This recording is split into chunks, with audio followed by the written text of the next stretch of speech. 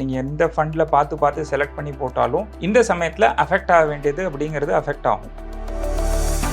நீங்கள் சுற்றி எவ்வளோ சுற்றி வந்தாலும் அசட் அலோகேஷன் அப்படிங்கிறது இந்த மாதிரி சமயங்களில் ரொம்பவே எவ்வளோ யூஸ்ஃபுல்லான விஷயம், எவ்வளோ பெரிய விஷயம் அப்படின்னு உணர்த்தக்கூடிய ஒரு தருணம் இதெல்லாம். கோல்ட் அண்ட் சில்வர் இந்த மாதிரி சமயங்களில் ஒரு சேஃப் ஹேவன் அசட்ஸ் தான் அப்படிங்கிறதுல எந்த மாற்று கருத்தும் கிடையாது. பையிங் அட் த டிப்ஸ் அப்படிங்கிறதுலாம் ஒரு ரீட்டைல் இன்வெஸ்டருக்கு ஒரு தேவையில்லாத விஷயம். வளர்ந்து வர கம்பெனிகளில் நான் இன்வெஸ்ட் பண்ணுற விஷயம், இந்த சைக்கிள் வந்து இப்போ முடிஞ்சு போச்சு. நீங்கள் ஆரம்பத்துலேயே என்ன சொன்னீங்க, டெய்லி திறக்கிறப்ப போர்ட்ஃபோலியோ தக்காளி மாதிரி ரெட்டாக இருக்குது சார் அப்படின்னு. ஸோ அதை நம்ம நிப்பாட்டணும். இன்னைக்கு நீங்கள் 10 லட்ச ரூபா சேர்க்க வேண்டிய இடத்துல அது 6 லட்ச ரூபா தான் இருக்குது அப்படின்னாலும் அதை எடுத்துடுறது தான் நல்லது. செக்டர் வைஸ் வந்து நம்ம இதுக்கு முன்னாடியே நான் ஒரு இன்டர்வியூவில் சொன்னது என்னென்னா, செக்டர் வைஸில் எனக்கு தெரிஞ்சு மட்டும் ரொம்ப சேஃபான செக்டர் என்னென்னா பேங்கிங் செக்டர். வணக்கம் சார். பொதுவாகவே இந்த மாதிரி குளோபல் அன்சர்டனிட்டிஸ் எல்லாம் நடக்குது அப்படின்னா இன்வெஸ்டர்ஸ்க்கு ஆட்டோமேட்டிக்காக ஒரு பேனிக் வருது. இந்த ரீசன்ட் டைம்ஸில் சோஷியல் மீடியா முழுக்க என்னோட போர்ட்ஃபோலியோ ரெட் ஆயிடுச்சு, போர்ட்ஃபோலியோ என்னால் பார்க்கவே முடியல அப்படின்னு நிறைய பேர் கம்ப்ளைண்ட் பண்ணுறாங்க. சோஷியல் மீடியாவில் இது அதிகமாக டிஸ்கஸ் பண்ணவும் செய்கிறாங்க. பொதுவாகவே இந்த மாதிரி ஒரு அன்சர்டனிட்டி நடக்கும்போது நம்ம போர்ட்ஃபோலியோவை ரிவ்யூ பண்ணணுமா, அதுக்கான நீடு இருக்கா? அதாவது ரிவ்யூ அப்படிங்கிறது இப்போது மார்க்கெட்டில் நீங்கள் என்னைக்கு ஒரு இன்வெஸ்ட்மெண்ட்ஸ் அப்படின்னு வந்துட்டீங்கன்னா 2 விதமான ரிஸ்க் இருக்குது. ஒன்று வந்து சிஸ்டமேட்டிக் ரிஸ்க், இன்னொன்று வந்து அன்சிஸ்டமேட்டிக் ரிஸ்க்னு சொல்லுவாங்க. சிஸ்டமேட்டிக் ரிஸ்க்னா இப்போ நம்ம பார்க்குற ஜியோ பொலிட்டிக்கல் டென்ஷன், கோவிட் சமயத்தில் வந்த கோவிடு, இதை மாதிரி விஷயங்கள்லாம் யாருடைய கண்ட்ரோல்லையும் கிடையாது. ஓகே, அது நீங்கள் எவ்வளோ தான் டைவர்சிஃபை பண்ணாலும், எப்படி இருந்தாலும் உங்களுடைய மார்க்கெட் நீங்கள் எந்த ஃபண்டில் பார்த்து செலக்ட் பண்ணி போட்டாலும் இந்த சமயத்தில் அஃபெக்ட் ஆக வேண்டியது அப்படிங்கிறது அஃபெக்ட் ஆகும். இப்போ மார்க்கெட் பார்த்தீங்கன்னா இன்றைக்கி ஏதோ ஒரு ரிலீஃப் ரேலி மாதிரி ஒரு 0.6 ஒரு 0.7% இப்போது மேலே போய்கிட்டு இருக்கு. பட் இது எப்போ திரும்பி வரும்னு தெரியாத, மார்க்கெட் க்ளோசிங் போது என்ன நடக்குதோ அதுதான் வந்து இது. ஸோ இந்த மாதிரியான சமயத்தில் எல்லாருடைய போர்ட்ஃபோலியோவுமே நெகட்டிவ்ல தான் இருக்கும், எல்லாமே கீழே தான் போகும். பார்க்கலாமா பார்க்கக்கூடாதா அப்படின்னா நீங்கள் பார்த்தாலும் கம்மியாக தான் போகுது, பார்க்கலைனாலும் கம்மியாக தான் போகுது. பட் நீங்கள் இதை பார்த்து எவ்வளோ தூரம் ஒரு ஸ்டர்னாக அந்த ஒரு நீ ஜெர்க்காக எதுவும் டெசிஷன்ஸ் எடுக்காமல் இருக்கிற அளவுக்கான ஒரு மெச்சூரிட்டி இருந்ததுன்னா கண்டிப்பாக பார்க்கலாம். பட்டு நம்மளுடைய அசட் அலோகேஷன் அப்படின்னு நம்ம சொல்லக்கூடிய விஷயம் தான் இது. எல்லாத்தையுமே இந்த மாதிரி சிச்சுவேஷன்ஸ் வரது எனக்கு ஞாபகம் வரக்கூடிய முதல் வார்த்தை என்னன்னு கேட்டிங்கன்னா அசட் அலோகேஷன். நம்மளுடைய அசட் அலோகேஷன் கரெக்டாக இருந்து நம்ம ஸ்ப்ளிட் பண்ணி வச்சுருந்தோம். 60% ஈக்விட்டிஸு, 20% எனக்கு டெட்டு இல்லை லிக்விட் மாதிரி இருக்கக்கூடிய லோ ரிஸ்க்கு, அதுக்கப்புறம் ஒரு 10-20% வந்து எனக்கு கோல்டு சில்வர், அதை மாதிரி நான் பிரித்து வச்சுருந்தேன் அப்படின்னாக்க எனக்கு எவ்வளோ தான் அடி வாங்கினாலும் 60% தான் அடி வாங்க போகுது, மீதி 40% ரிலேட்டிவ்லி சேஃபாக தான் இருக்கும். ஸோ ஏன்னா இந்த மாதிரி சிச்சுவேஷன்ஸில் கோல்டு சில்வருக்கான இது ஜாஸ்தி. ஸோ அசட் அலோகேஷன் தான் நீங்கள் சுற்றி எவ்வளோ சுற்றி வந்தாலும் அசட் அலோகேஷன் அப்படிங்கிறது இந்த மாதிரி சமயங்களில் ரொம்பவே இன்னும் வந்து நமக்கு எவ்வளவு யூஸ்ஃபுல்லான விஷயம், எவ்வளவு பெரிய விஷயம் அப்படின்னு உணர்த்தக்கூடிய ஒரு தருணம் இதெல்லாம். அசட் அலோகேஷன் அதோட இம்பார்ட்டன்ஸ்னு பேசுறீங்க. ஆனால் பொதுவாக ஒரு 2 நாட்டுக்கு நடுவில் போர் வருது அப்படின்னா ஷேர் மார்க்கெட் டவுன் ஆகும், கோல்டு நல்ல ரேலி கொடுக்கும். பட் இந்த டைமில் குறிப்பாக இந்தியன் ரீட்டைல் மார்க்கெட்லலாம் பார்த்தோன்னா கோல்டில் சின்ன கரெக்ஷன்ஸ் நடந்துட்டு இருக்கிறத பார்க்குறோம். அப்போ நம்மளோட அந்த ஸ்டாண்டர்டான அசட் அலோகேஷன் ஃபார்ம்லால ஏதாவது மாற்றணுமா? ஸ்டாண்டர்டான அசட் அலோகேஷன் ஃபார்ம்னா நம்ம எவ்வளவு வருஷங்களில் வந்து ஒரே வருஷத்தில் கோல்டு 75% கொடுத்ததை பார்த்துருக்கோம், இல்லை ஒரே வருஷத்தில் எவ்வளவு 150% சில்வர் கொடுத்துக்கக்கூடியதை பார்த்துருக்கோம். ஸோ அது வந்து ஏற்றத்துக்குள்ளே இருக்கக்கூடிய ஒரு இறக்கமாக தான் நீங்கள் பார்க்கணுமே ஒழிய, நீங்கள் வேர்ல்டு வைடாக பார்த்தீங்கன்னா இப்போ அமெரிக்கன் மார்க்கெட்ஸுமே டெய்லி டிக்ளைன் ஆகிட்டு இருக்கு. வேர்ல்டு வைடாக பார்த்தீங்கன்னா இந்த மாதிரி இருக்கக்கூடிய ஒரு ஜியோ பொலிட்டிக்கல் அதாவது ஒரு ஸ்டெபிலிட்டியே இல்லாத சிச்சுவேஷனில் நாளைக்கு என்ன நடக்கும், திடீர்னு வந்து ட்ரம்ப் 4 வாரம் 5 வாரம் அட்டாக் போகும் அப்படிங்கிறாரு. இது யூஏஇல நோ ஃப்ளை ஜோன் ஆக்கியிருக்கிறாங்க. ஸோ ஏகப்பட்ட விஷயங்கள், தெரியாத விஷயங்கள் இருக்கிறப்போ அடுத்து என்ன நடக்கும் அப்படின்னு தெரியாத பட்சத்தில் கோல்டு அண்ட் சில்வர் வந்து சேஃப் ஹெவன்ஸ் அப்படிங்கிறது வந்து இந்த மாதிரி சுச்சுவேஷனில் யூஸ்வலாக கோல்டு அண்ட் சில்வர் வந்து ஒரு சேஃப் ஹெவன்ஸாக இருக்கிறதுனால பணம் அங்கே வந்து பார்க் செய்யப்படும். ஒரு ஸ்மார்ட் மணி அப்படின்னு சொல்லுவாங்க. இந்த பெரிய எஃப்ஐஐ இன்வெஸ்டர்ஸு இல்லை டொமஸ்டிக் இன்வெஸ்டர்ஸ்லேயே இன்ஸ்டிடியூஷனல் இன்வெஸ்டர்ஸாக இருக்கக்கூடியவங்க. இதுக்கு நடுவில் அதோடைய கரெக்ஷன்ஸ் அப்படிங்கிறது வந்து ஒரு நீங்கள் அதை வந்து ஒரு ஆன்கோயிங் இதை தாமே பார்க்கலாம் ஒழிய வந்து நம்ம வந்து அதை பெருசாக இப்படி தான் ஒரு ட்ரெண்ட் ஆகிடுச்சோ அப்படின்னு நம்ம ட்ரெண்டே மாறிடுச்சோ, நம்ம சேஃப் ஹெவன்லேருந்து கோல்டும் சில்வரும் இனிமேல் சேஃப் ஹெவன் இல்லாமலே ஆயிடுச்சா அப்படிங்கிற மாதிரியான நிலைமைக்கு நம்ம போக வேண்டிய அவசியம் இல்லை. அந்த உயர்வுக்குள்ளே இருக்கக்கூடிய ஒரு சின்ன சர்க்கிளை ஒழிய மற்றபடி உலகளாவிய லெவலில் கோல்டு சில்வர் இந்த மாதிரியான அசட்ஸ் இந்த மாதிரி ஜியோ பொலிட்டிக்கல் டென்ஷன், இந்த யுத்தங்கள் நடக்கிற சமயத்துலையோ இல்லை ஏதாவது மாதிரி கோவிட் மாதிரி சமயங்களில் அது எப்போதுமே சேஃப் அசட்ஸ் தான். அதில் எதையும் மாற்று கருத்து கிடையாது. அது வந்து இந்நேரத்துக்கு கொஞ்சம் பெருசாக ட்ராப் ஆகாமல் அதே நிலமையில இருந்ததா கூட வந்து அது ஒரு பெரிய ஒரு இதுதான். ஏன்னா மற்ற எல்லா அசட்ஸும் அதை சுற்றி நடந்துக்கிட்டு இருக்கிற எல்லா அசட்ஸும் கீழே விழுந்துக்கிட்டு இருக்கிறப்போ அது விழுகாமல் இருந்தாலே இல்ல அது எவ்வளவு தூரம் ஏற்றம் இருந்ததோ அந்த ஏற்றத்துக்குள்ள சின்ன இருக்கக்கூடிய சரிவு அப்படின்னு இப்ப நீங்க லாஸ்ட் 10 டேஸா எடுத்து பாத்தீங்கன்னா கோல்டு சில்வர்ல வந்து நெட்டா வந்து ஒரு நெகட்டிவா இருந்திருக்காது. ஸோ கோல்ட் அண்ட் சில்வர் இந்த மாதிரி சமயங்கள்ல ஒரு சேஃப் ஹேவன் அசர்ட்ஸ் தான் அப்படிங்கறதுல எந்த மாற்று கருத்தும் கிடையாது. இந்த மாதிரி ஒரு அன்சர்டைன் டைம்ல என் போர்ட்ஃபோலியோ நான் பார்க்குறேன். யூசுவலாவே பையிங் இந்த டிப்னு சொல்றாங்க. மார்க்கெட் இறங்குச்சுன்னா அங்க ஆப்பர்ச்சுனிட்டிஸ் கண்டுபிடிங்க அப்படின்னு சொல்றாங்க.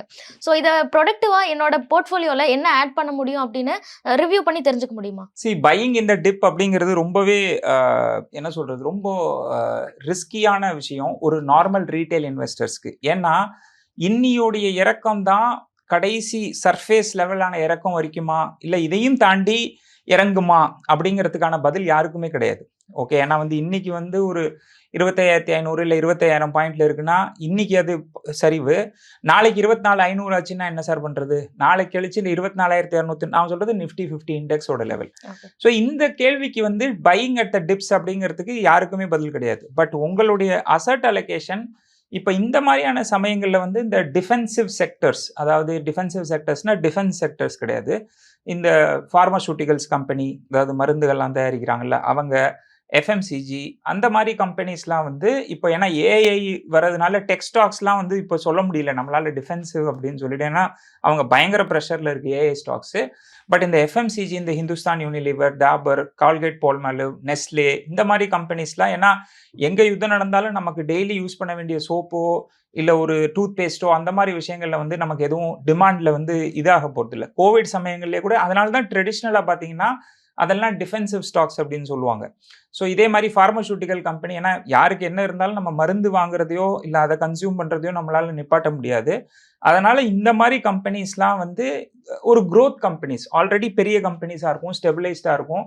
இப்போ இருக்கிற மார்க்கெட் சைக்கிளில் பார்த்தீங்கன்னா வேல்யூ ஸ்டாக்ஸை விட க்ரோத் ஸ்டாக்ஸ் தான் இப்போ அடுத்த வரக்கூடிய சைக்கிளில் ஒரு நல்ல பெர்ஃபார்ம் பண்ணும் அப்படிங்கிற மாதிரியான ஒரு ஒப்பீனியன்ஸ் இருக்குது. ஸோ நீங்கள் அந்த லார்ஜ் கேப்பில் வந்து தான் உங்களுக்கு அந்த க்ரோத் ஸ்டாக்ஸ் வரும். நீங்கள் லார்ஜ் கேப்பில் போய் அந்த இண்டிவிஜுவல் ஸ்டாக்ஸில் இன்வெஸ்ட் பண்ணாமல் நீங்கள் இண்டெக்ஸ் இன்வெஸ்டிங் பண்ணாலே உங்களால் அந்த அளவுக்கு கேப்சர் பண்ண முடியும்.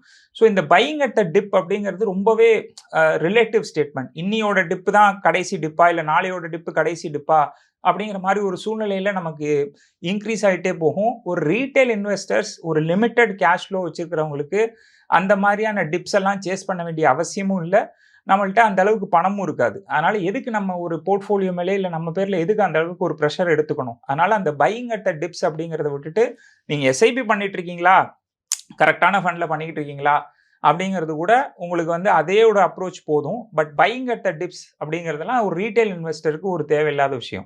அசெட் அலோகேஷனை ஸ்டிக் ஆன் பண்ணணும் அப்படிங்கிறத தான் தொடர்ந்து சொல்றீங்க. ஆனால் ஒரு யங் இன்வெஸ்டர், லாங் டேர்ம்க்கு பிளான் பண்ணவங்கலாம் ஈக்விட்டி எக்ஸ்போஷர் தான் ஜாஸ்தி வச்சிருப்பாங்க.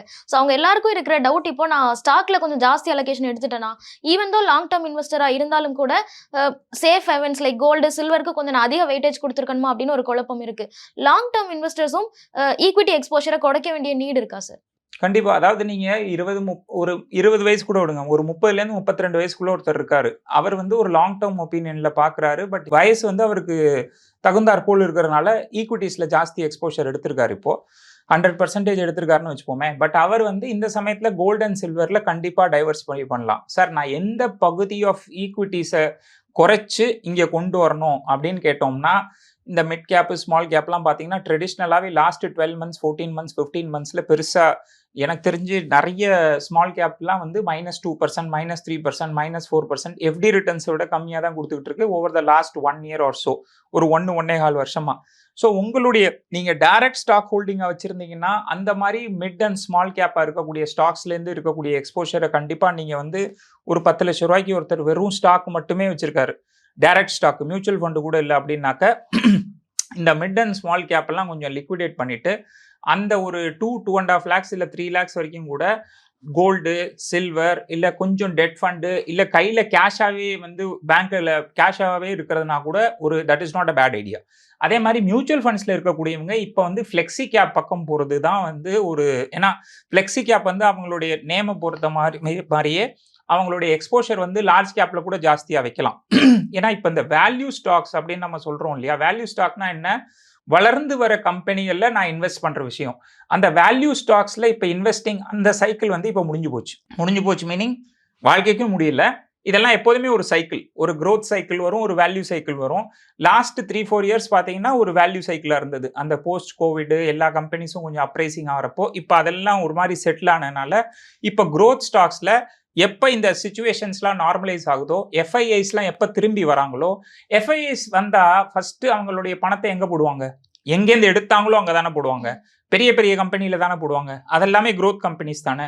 ஸோ அவங்க எஃப்ஐஐஸ் வந்து சூழ்நிலைகள் ஒரு மாரி செட்டில் ஆனதுக்கப்புறம், அங்கேருந்து வரக்கூடிய அந்த பிக் அமௌண்ட் ஆஃப் இன்ஃப்ளோ எல்லாமே இந்த growth ஸ்டாக்ஸ், இந்த பெரிய ஸ்டாக்ஸ், இந்த பெரிய நேம்ஸ் ஏசியன் பெயிண்ட்ஸா இருக்கட்டும், இல்ல oil manufacturing companies, OMC companies அப்படின்னு சொல்லுவாங்க. அவங்கலாம் இப்ப பயங்கர பிரஷர்ல இருக்காங்க. பிகாஸ் ஆஃப் இந்த கல்ஃப் வார் அப்படிங்கிறனால. ஸோ இவங்க எஃப்ஐஐஸ் வந்து சிச்சுவேஷன்ஸ் நார்மல் ஆனோன்ன அண்ட் நெக்ஸ்ட் லெக் ஆஃப் growthக்காகவும் அவங்க growth ஸ்டாக்ஸ்ல தான் இன்வெஸ்ட் பண்ண போறாங்க. ஸோ நீங்க மியூச்சுவல் ஃபண்ட் இன்வெஸ்டரா இருக்கலாம், இல்ல டைரக்ட் ஸ்டாக் ஹோல்டிங்ல இருக்கலாம்.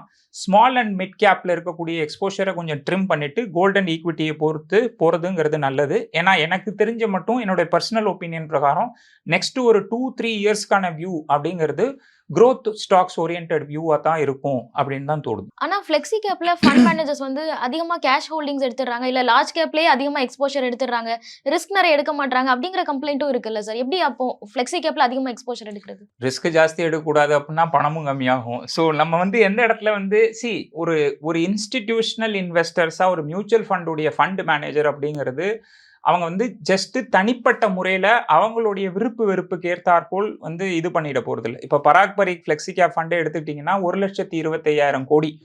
அவங்களுடைய இன்வெஸ்டர்ஸோட ஏஇஎம் அசெட் அண்டர் மேனேஜ்மெண்ட் அப்படின்னு சொல்றாங்க இல்லையா, அது வந்து எவ்வளவுக்கு எவ்வளவு ஜாஸ்தியா இருக்கோ அவ்வளவுக்கு எவ்வளவு அந்த கம்பெனியும் பணம் பண்ணுது. ஸோ அவங்க வந்து நமக்கு யாரும் சர்வீஸ் பண்ணிடல. ஸோ நம்மளுடைய ஏஇஎம் ஜாஸ்தி இருந்தா தான் அவங்களாலையும் ஜாஸ்தி சம்பாதிக்க முடியும். நீங்க சொல்ற மாதிரி அவங்க இப்ப கேஷ்ல உட்கார்ந்துருக்கலாம், லார்ஜ் கேப்ல ஜாஸ்தியா இருக்கலாம். இப்ப இன்னைக்கு இருக்கிற சூழ்நிலையில இப்போ ஒரு இடத்துல நமக்கு அடிபட்டுருச்சு அப்படின்னா ஃபர்ஸ்ட் நம்ம என்ன பண்ணுவோம்? அங்கேருந்து வர ப்ளீடிங்கை நிப்பாட்டணும். அதுக்கப்புறம் மருந்து போட்டு தேவையா போறது, அது சரியா போறது அதெல்லாம். இன்னைக்கு இருக்கிற சூழ்நிலையில ஒரு இடத்துல இருந்து நமக்கு ப்ளீடிங் வராம இருந்தாலே ஓகே. ஸோ கேஷ்ல இருந்தா ப்ளீடிங் வருமா? வராது. லார்ஜ் கேப் டிஃபென்சிவ் ஸ்டாக்ஸ்ல நீங்க இன்னைக்கு வச்சிருந்தீங்கன்னா ப்ளீடிங் வருமா? அந்த அளவுக்கு வராது. Rather than like small and mid. இப்போதைக்கு இந்த சூழ்நிலையை ஸ்டாப் கேப் அரேஞ்ச்மெண்ட் மாதிரி அப்படி அவங்க வச்சு மேனேஜ் பண்றது தான் இன்னைக்கு இருக்கிற சூழ்நிலைக்கு ஒரு ப்ளீடிங் ஆகாம தடுக்கிறது. நீங்க ஆரம்பத்திலேயே என்ன சொன்னீங்க? டெய்லி திறக்கிறப்ப போர்ட்ஃபோலியோ தக்காளி மாதிரி ரெட்டா இருக்கு சார் அப்படின்னு. ஸோ அதை நம்ம நிப்பாட்டணும். அதை நிப்பாட்டுறதுக்கான ஒரே வழி கேஷ் ஹோல்டிங் இல்ல லார்ஜ் கேப் அத மாதிரியான டிஃபென்சிவ் ஸ்டாக்ஸ்ல நம்ம வைக்கிறது தான். அப்போ உங்களுக்கு அந்த சமயத்துல ரிட்டர்ன்ஸ் கம்மியா இருக்கும். பட் இப்போ நம்மளுடைய இது வந்து ஒரு டாட் பால் ஆடினாலே நமக்கு விக்டரி மாதிரி தான் அப்படிங்கிற இருக்கிற சமயத்துல நம்ம இப்போ ரிட்டர்ன்ஸை பெருசா சேஸ் பண்ண முடியாது. பட் 2-3 இயர்ஸ் வியூல பாத்தீங்கன்னா அந்த மாதிரியான ஒரு அப்ரோச்ல இருக்கக்கூடிய அப்ரோச், இன்வெஸ்டிங் அப்ரோச் அப்படிங்கிறது கண்டிப்பா இந்த வரக்கூடிய சைக்கிள்ல ஜெயிக்கும். நிறைய யங் இன்வெஸ்டர் குறிப்பா கோவிட்க்கு அப்புறம் மார்க்கெட்டுக்குள்ள வந்தவங்க எல்லாருக்கும் ரொம்ப டயரிங்கா இருக்கு. மார்க்கெட் பெருசா ஏறவே இல்ல. 1.5 வருஷத்துக்கும் மேல மார்க்கெட் வந்து ஃபிளாட்டாவே இருக்கு. நம்ம தப்பு பண்ணிட்டோமா? இல்ல ஈக்விட்டி வேணாம், ரியல் எஸ்டேட், கோல்டு இல்ல ஃபிக்ஸட் டெபாசிட் இப்படியே போறது பெட்டர் அப்படிங்கிற ஒரு ஒப்பீனியனும் இருக்கே சார். கண்டிப்பா. அதாவது நீங்க சொன்ன மாதிரி ரொம்பவே மார்க்கெட்ல 2 விதமான கரெக்ஷன் நம்ம பார்க்கலாம். ஒன்னு வந்து பிரைஸ் கரெக்ஷன். அதாவது பிரைஸ் உடைய ஏற்றத்தாழ்வுகள் டெய்லி இருந்துகிட்டே இருக்கும். கண்டினியூஸா ஏதாவது நடந்துகிட்டே இருக்கும். அதுக்கு பேர் பிரைஸ் கரெக்ஷன் சொல்லுவாங்க. நீங்க இப்ப சொன்ன மாதிரி டைம் கரெக்ஷன். அதாவது கிணத்துல போட்ட கல்லுன்னு சொல்லுவாங்க இல்லையா நம்ம ஊர்லலாம். அந்த மாதிரி எப்படின்னா லாஸ்ட் ஒரு 15 மாசமா 1.5 வருஷமா கிட்டத்தட்ட 1.25-1.5 வருஷமா பாத்தீங்கன்னா மார்க்கெட் எந்த நிலைமையில சும்மா சுத்தி சுத்தி அங்கேயே தான் வந்துகிட்டு இருக்கு. பெருசா போர்ட்ஃபோலியோல எதுவும் மாற்றங்கள் இல்ல. பெருசா யாரும் பணமும் சம்பாதிக்கவும் இல்ல. ஸோ இது டைம் கரெக்ஷன். இந்த டைம் கரெக்ஷனுக்கு வந்து உங்களுக்கு எய்தர் சைட் பிரேக் அவுட் அப்படின்னு சொல்லுவாங்க. அதாவது பாசிட்டிவ் சைடா இருக்கட்டும் இல்ல நெகட்டிவ் சைடா இருக்கட்டும். பாசிட்டிவ் சைட்னா ஏதாவது பாசிட்டிவ் நியூஸ் வந்துட்டு பிரேக் அவுட் ஆகிட்டு மேலே போயிடும். நெகட்டிவ் சைட்னா இப்போ நம்ம போயிட்டு இருக்கிற சூழ்நிலை பிரகாரம் நெகட்டிவ்ல பிரேக் அவுட் ஆகிட்டு கீழே வந்துடும்.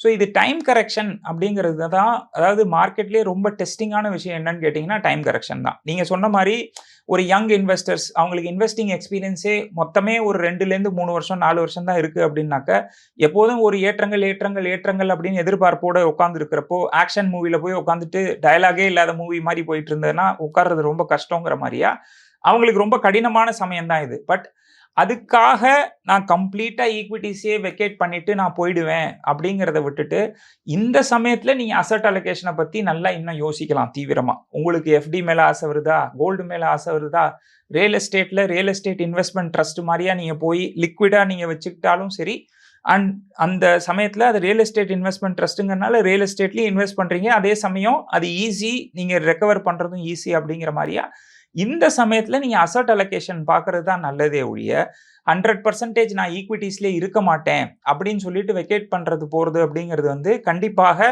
ஒரு ரொம்ப எக்ஸ்ட்ரீம் டிசிஷன்.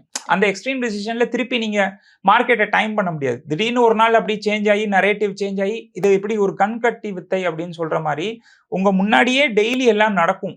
பட் நீங்கள் ஒரு நடந்து முடிஞ்சு ஒரு 3 மாதம் 4 மாதம் கழித்து தான் அதை உங்களால் ரியலைஸே பண்ண முடியும். அதுக்குள்ளே அந்த பஸ்ஸு போயிருக்கும் கிளம்பி.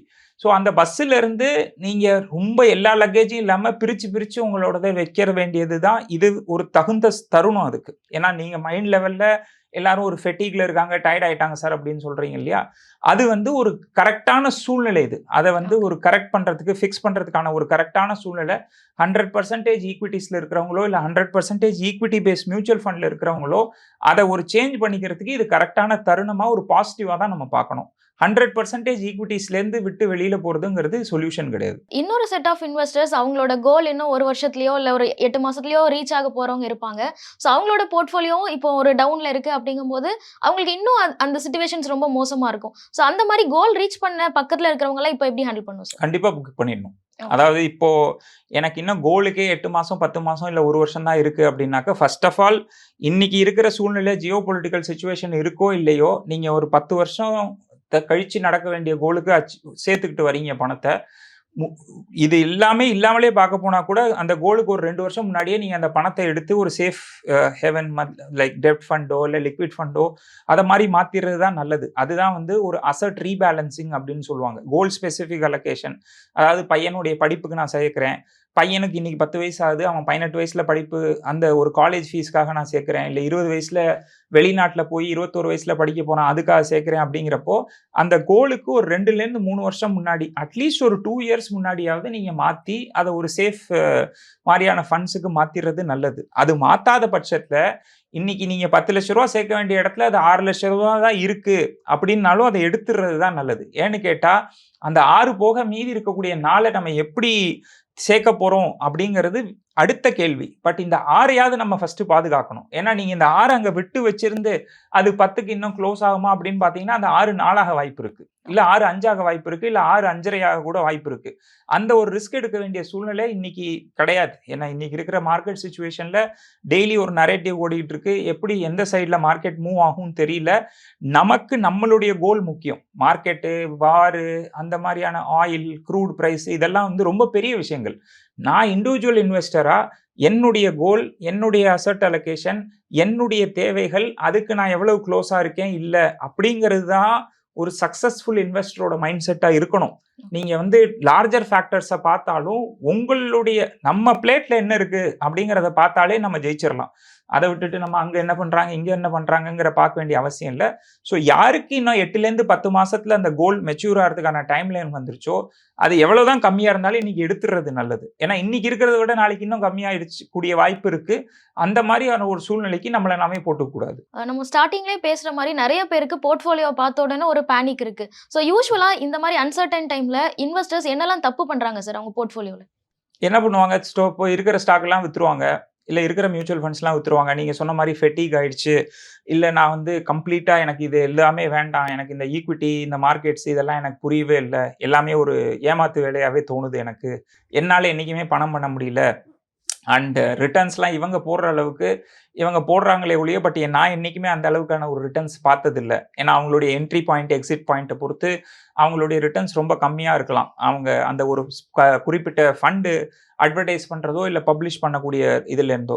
ஸோ யூஸ்வலாக பார்த்தீங்கன்னா ரொம்ப extreme decision making, knee jerk reaction அப்படின்னு சொல்கிற மாதிரி எக்ஸ்ட்ரீம் டிசிஷன் மேக்கிங் தான் நம்ம இன்வெஸ்டர்ஸ் பண்ணக்கூடிய, காமன் ரீட்டைல் இன்வெஸ்டர்ஸ் பண்ணக்கூடிய ஒரு தவறு.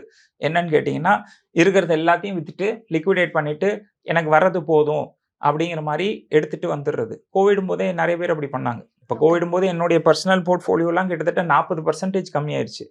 எனக்கு அதை வித்துட்டு போனோம் அப்படிங்கிற ஒரு எண்ணம் ஒரு சைடு இருந்தாலும், சரி அடுத்து நம்ம என்ன பண்ண போறோம் அந்த பணத்த? அப்படிங்கிற மாரியான கேள்விக்கு விடையே இல்லாதனால, சரி எல்லாரும் தான் வெயிட் பண்றாங்களே, நம்மளும் வெயிட் பண்ணி பார்ப்போம் அப்படிங்கிற ஒரு ஒரு பிளைண்ட் இதுல தான் நம்ம அதுல ஜெயிச்சு வெளியில வந்தோமே ஒழிய, பட் யூசுவலா இருக்கக்கூடிய சைக்காலஜிக்கல் ஃபீலிங் என்ன? டெய்லி உங்களுக்கு தோணும்.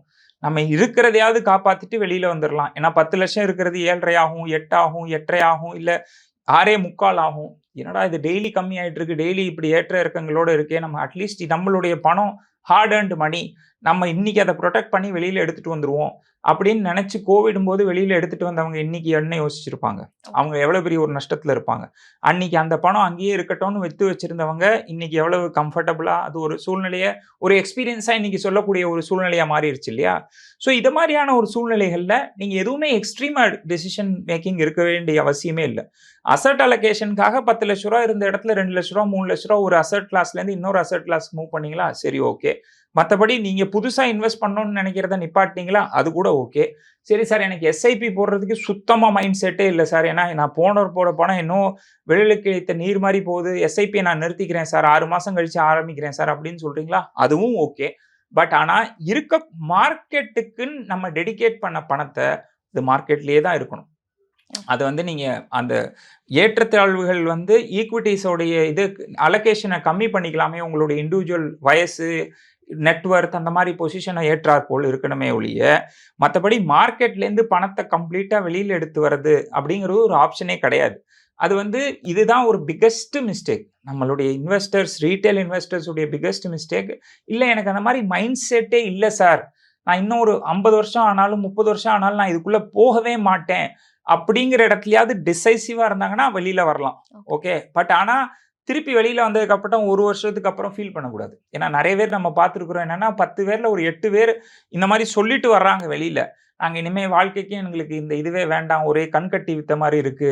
சூர்யா இது படத்துல உருட்டி இது போடுற மாதிரி இருக்கு. சூதாட்டம் மாதிரி இருக்கு அப்படின்னு ஓகே. பட் நீங்க வந்து நெக்ஸ்ட் 10 இயர்ஸ் 20 இயர்ஸ்க்கும் ஸ்டாக் மார்க்கெட் இல்லாம எஃப்டி, பிபிஎஃப் இல்ல என்பிஎஸ்லயே கன்சர்வேட்டிவ் நிறைய ப்ராடக்ட்ஸ் இருக்கு.